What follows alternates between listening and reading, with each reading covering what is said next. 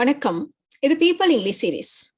பொதுவா இங்கிலீஷ் கத்துக்கிறப்போ லேர்னர்ஸ்க்கு கஷ்டமா இருக்கிற ஒரு விஷயம் என்ன அப்படின்னா அந்த ப்ரெப்போசிஷன் கத்துக்கிறது.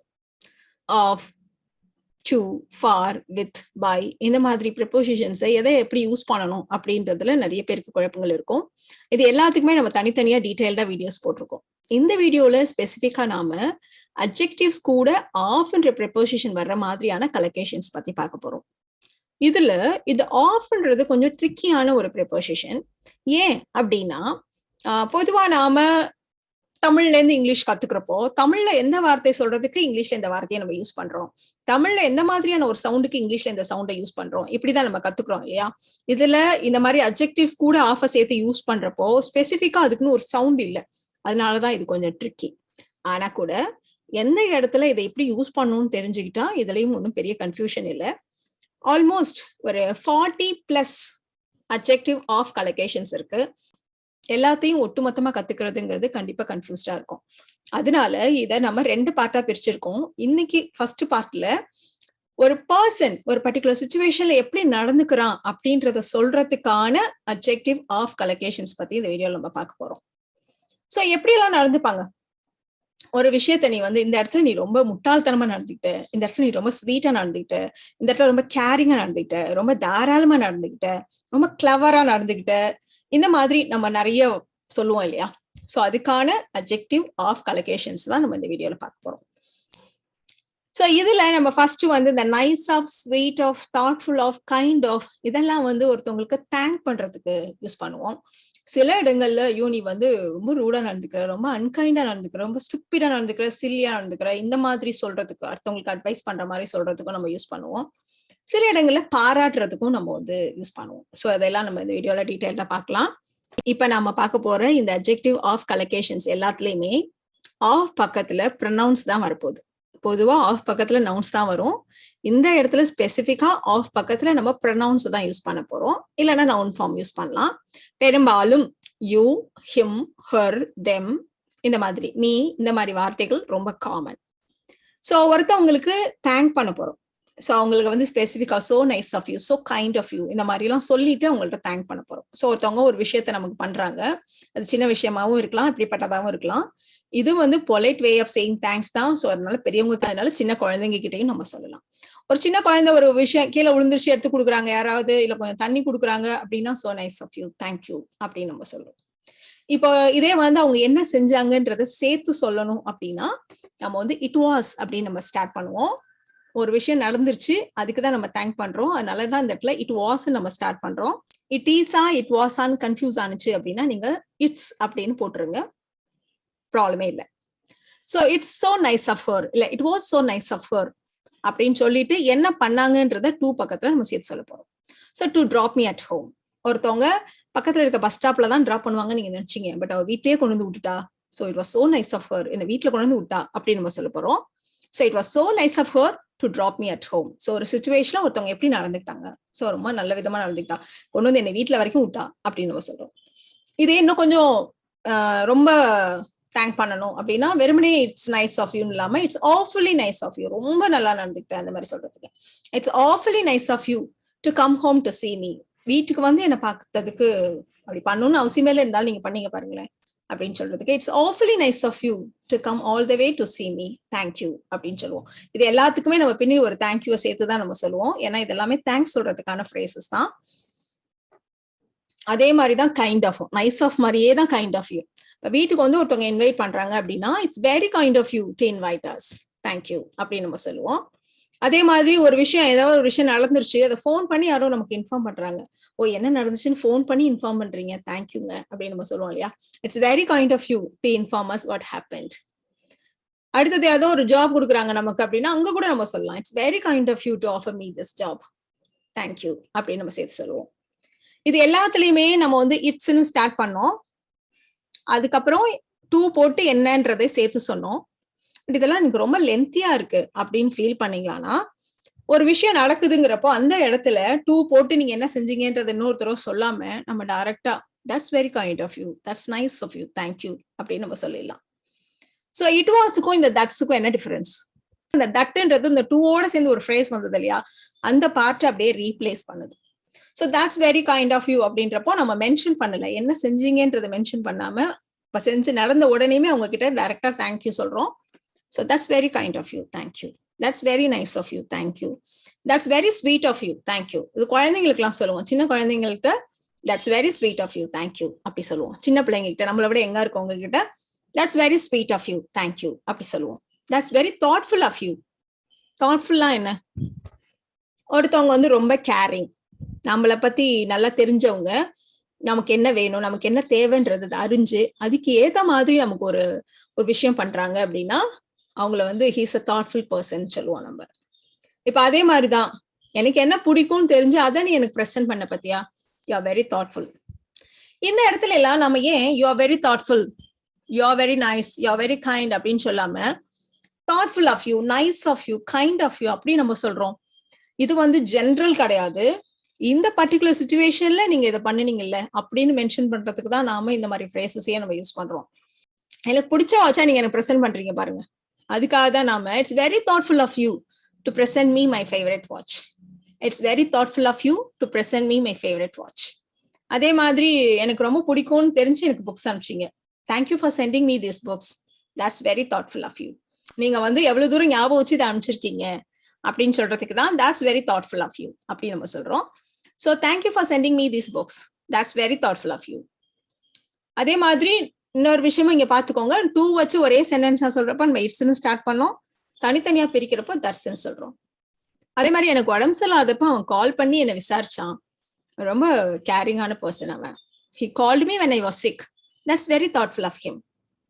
He called me when I was sick, that's very thoughtful of him.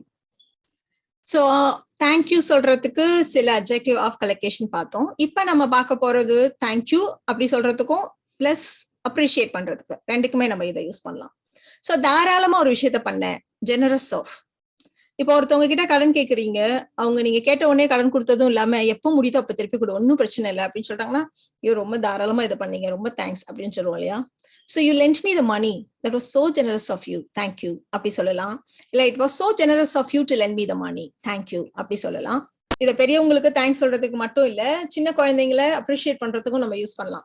For example, ஒரு குழந்தை இருக்கு, அது அதோடைய டாய்ஸ் இன்னொரு குழந்தையோட ஷேர் பண்ணிக்குது, இல்ல 2 சாக்லேட் வச்சிருக்கு, அதுல ஒரு சாக்லேட்டை கொடுக்குது அப்படின்னா இந்த குழந்தைங்களை நம்ம வந்து ரொம்ப ஸ்பெசிஃபிக்கா அப்ரிஷியேட் பண்றதுக்கும் இந்த மாதிரி ஃப்ரேசஸ் நம்ம யூஸ் பண்ணலாம். இந்த மாதிரி அட்ஜெக்டிவ் ஆஃப் கலெக்ஷனை நம்ம யூஸ் பண்ணலாம். இப்போ it was so kind and generous of you to give it to her, it was so kind and generous of you to share your toys with her, இந்த மாதிரி நம்ம சொல்லலாம். பட் இது எனக்கு ரொம்ப லென்த்தியா இருக்குன்னு நினைச்சீங்களா, ஆப்வியஸ்லி இதை நீங்க ரெண்டா ஸ்பிளிட் பண்ணிக்கோங்க. you shared your toys with her, that was so kind and generous of you அப்படி நம்ம சொல்லலாம். clever of, you are very clever அப்படின்னா நீங்க எப்பவுமே புத்திசாலின்னு அர்த்தம். he is very clever, she is very clever அப்படின்னா அவங்க எப்பவுமே புத்திசாலி அப்படி அர்த்தம். பட் ஒரு பர்டிகுலர் சிச்சுவேஷன்ல ரொம்ப புத்திசாலித்தனமா இதை பண்ணுன அப்படின்னு சொல்றப்பதான் நம்ம இந்த கிளவர் ஆஃப், இதே அர்த்தத்துலதான் நம்ம நைஸ் ஆஃப், தாட்ஃபுல் ஆஃப் இந்த மாதிரியான ஃப்ரேசஸ் எல்லாத்தையுமே நம்ம யூஸ் பண்ணிட்டு இருக்கோம். இப்போ ஒருத்தவங்க ஒரு விஷயத்த செய்யவே முடியாதுன்னு ஏதோ ஒன்று போட்டு வச்சிருந்தீங்க, ஒருத்தவங்க அதை பண்ணிட்டாங்கன்னா wow that was very clever of you, how did you do that அப்படின்னு நம்ம கேட்போம். இப்போ அதே மாதிரி ஒரு மிஸ்டேக் யாருமே கண்டே பிடிக்கல, திடீர்னு ஒருத்தவங்க வந்து அந்த இடத்துல ஒரு மிஸ்டேக் இருக்குன்னு சொல்லிட்டாங்க அப்படின்னா it was clever of him to have spotted the mistake, it was clever of him to have spotted the mistake, ஏன்னா he spotted the mistake, that was clever of him அப்படி கூட நம்ம சொல்லலாம். ஓ வேஸ்ட் பேப்பர் இப்படி எல்லாம் கூட use பண்ணலாமா, how clever of you அப்படின்னு நம்ம சொல்லுவோம். how clever of you to use the waste papers this way, how clever of you to use the waste papers this way. rude of, rude ofன்றப்போ இந்த இடத்துல இப்படி பண்றது ரொம்ப ரூடா இருக்கு, it was very rude of you to do that. அதே மாதிரி ஒருத்தவங்க ஒரு பொண்ணு ஆன்சர் பண்ற விதம், ஆன்சர் பண்ற விதம் ரொம்ப ரூடா இருக்கு, it was very rude of her to answer this way.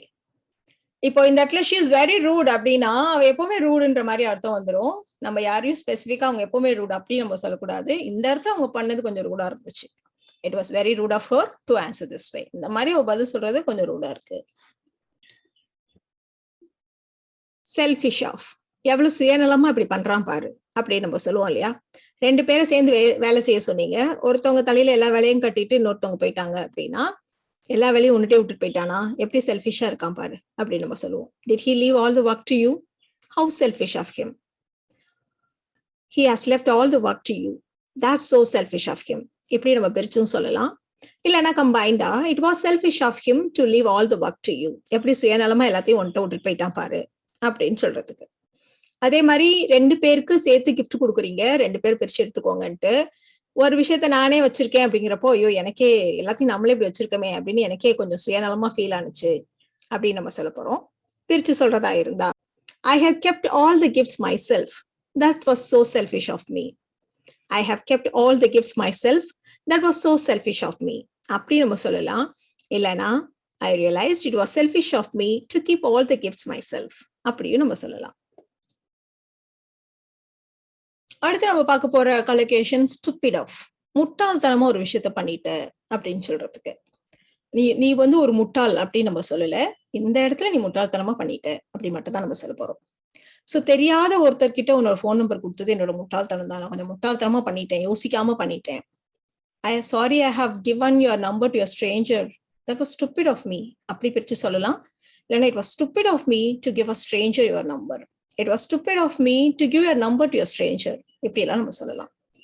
வெத்து பேப்பர்ல கையெழுத்து போட்டாளா, என்ன ஒரு முட்டாள்தனம், எவ்வளவு முட்டாள்தனம் அப்படின்னு சொல்லுவோம் இல்லையா. How stupid of her to sign on blank papers. That was stupid of her. She signed on blank papers. இல்லைன்னா it was stupid of her to sign on blank papers. இந்த மாதிரி எப்படி வேணா நம்ம சொல்லலாம். silly of. stupid of மாதிரியே தான், but stupid ofங்கிறப்போ கொஞ்சம் பெரியசா ஏதாவது முட்டாள்தனமா பண்றது. silly ofங்கிறப்போ அதை விட கொஞ்சம் கம்மி அப்படி வச்சுக்கலாம். சோ நான் எவ்வளவு முட்டாள்தனமா இதை பண்ணிட்டேன் சே அப்படின்னு நம்ம சொல்லுவோம். பொதுவா பாஸ்ட் டென்ஸ்ல நடந்த ஒரு விஷயத்த to பக்கத்துல சேர்த்து சொல்றப்ப நம்ம to have plus third form இந்த மாதிரி ஒரு ஃபார்மட்ல போடுவோம் இல்லையா. How silly of me to have done this. சே இப்படி பண்ணிட்டேனே. How silly of me to have done this. Unkind of. ஒருத்தவங்க கிட்ட நம்ம ரொம்ப இரக்கம் இல்லாம, கருணை இல்லாம, அன்பு இல்லாம அப்படி மோசமா ஒருத்தவங்க ட்ரீட் பண்றோம் அப்படிங்கிறப்ப இனி இப்படி பண்றது, கொஞ்சம் கூட அன்பு இல்லாம நடந்துக்கிற, இப்படி இரக்கமே இல்லாம நடந்துக்கிற அப்படி சொல்லுவோம் இல்லையா. It was unkind of you to treat him this way. It was unkind of you to treat him this way. அடுத்து இந்த adjective of collocation பார்க்க போறது typical of. இது வந்து ஒருத்தவங்கள குறை சொல்ற மாதிரி, இதான் அவனுக்கு வழக்கம், எப்ப பார்த்தாலும் அப்படிதான் பண்ணுவான், அந்த மாதிரி சொல்றதுக்கு இந்த adjective of collocation நம்ம யூஸ் பண்ணுவோம். typical of. இப்போ ஒருத்தவங்க வரேன்னு சொல்லியிருந்தாங்க, நீங்களும் வெயிட் பண்ணிட்டே இருக்கீங்க, கடைசி நிமிஷத்துல போன் பண்ண, இல்ல என்னால வர முடியல நீங்க போய்க்கோ அப்படின்னு சொன்னா, இதான் உங்களுக்கு வழக்கமாச்சு, எப்ப பார்த்தாலும் நீங்க இப்படிதான் பண்ணுவீங்க. That's typical of you. இப்போ ஒருத்தர் இருக்காரு, அவர் வந்து முக்கியமான நாட்களை கூட, வெட்டிங் டே, பர்த்டே கூட மறந்துடுவாரு அப்படின்னா, இதுதான் அவருக்கு வழக்கமே அப்படின்னு சொல்லுவோம் இல்லையா. It's typical of him to forget important dates. பொதுவா ஒருத்தவங்களை குறை சொல்றதுக்கு தான் நம்ம இதை யூஸ் பண்ணிட்டு இருக்கோம். நீங்க இதே பிரிச்சு சொல்றதா இருந்தா, he always forgets important dates. It's typical of him அப்படி நம்ம சொல்லுவோம். இது வந்து இதுதான் உங்களுடைய வழக்கம், எப்பவுமே அவங்க இப்படிதான் பண்ணுவாங்கன்னு சொல்றதுனால இந்த இடத்துல இட் வாஸ்ன்னு இல்ல இட் இஸ்ன்னு யூஸ் பண்ணிருக்கோம் அப்படின்றத கவனிச்சுக்கோங்க. உங்களுக்கு கன்ஃபியூஸ் ஆனிச்சுன்னா இட் வாஸ் இட் இஸ் அப்படின்னு கன்ஃபியூஸ் ஆனிச்சுன்னா வழக்கம் போல இட்ஸ் அப்படின்னு யூஸ் பண்ணிடுங்க. It's typical of him to forget important dates. He forgets important dates. He always forgets important dates. That's typical of him அப்படியும் நம்ம சொல்லலாம். சில சமயங்கள்ல நாம ஒருத்தரை நிறைய விலை கொடுத்து ஒரு சட்டையை வாங்குவான், 2-3 தடவை தான் போடுவான், போட்டு அப்படியே தூக்கி போட்டுருவான் அப்படின்னு நம்ம சொல்லுவோம். சோ இதான் அவனுக்கு வழக்கமே, இவன் இப்படிதான் எப்ப பார்த்தாலும் பண்ணுவான், இந்த மாதிரி நம்ம சொல்லுவோம் இல்லையா. சோ இதை நம்ம வந்து பிரிச்சு சொல்றதா இருந்தா, he buys expensive clothes and throws them after a few use. That is typical of Sam. Sam எப்பவும் இப்படிதான் பண்ணுவான், இந்த மாதிரி நம்ம சொல்லலாம். அப்படி இல்லைன்னா கம்பைண்டா, it is typical of Sam to buy expensive clothes and to throw them after a few use அப்படியும் நம்ம சொல்லலாம். இந்த டிபிக்கல் ஆஃப் குறை சொல்றதுக்கு திட்டத்துக்கு மட்டும் இல்ல, ஒருத்தவங்களுக்கு இதான் வழக்கம், எப்பவுமே இவங்க இப்படிதான் பண்ணுவாங்க அந்த மாதிரி சொல்றதுக்கும், சாதாரணமா சொல்றதுக்கும் இதை நம்ம யூஸ் பண்ணலாம். இப்ப இந்தியன்ஸை பொறுத்த வரைக்கும் டீல நிறைய மசாலா எல்லாம் சேர்த்து குடிக்கிறது இந்தியர்களுடைய வழக்கம். It is typical of Indians to add spices to tea. It is typical of Indians to add spices to tea. So இந்த வீடியோல நாம adjective of collocation, இதை ஸ்பெசிபிக்கா ஒரு சிச்சுவேஷன்ல ஒரு பர்சன், பீப்புள் எப்படி நடந்துக்குவாங்க, எப்படி நடந்துக்கிறாங்க அப்படின்னு சொல்றதுக்கு நாம இதை எப்படி யூஸ் பண்றதுன்னு கத்துக்கிட்டோம். இதே மாதிரி adjective and of collocations இனிமே நிறைய இருக்கு. அதை எந்த மாதிரி சிச்சுவேஷன்ல எப்படி யூஸ் பண்ணணும்ன்றத இன்னொரு வீடியோல, அடுத்த வீடியோல நம்ம தெரிஞ்சுக்கலாம். இந்த வீடியோ உங்களுக்கு யூஸ்ஃபுல்லா இருக்கும்னு நினைக்கிறேன். Thank you so much.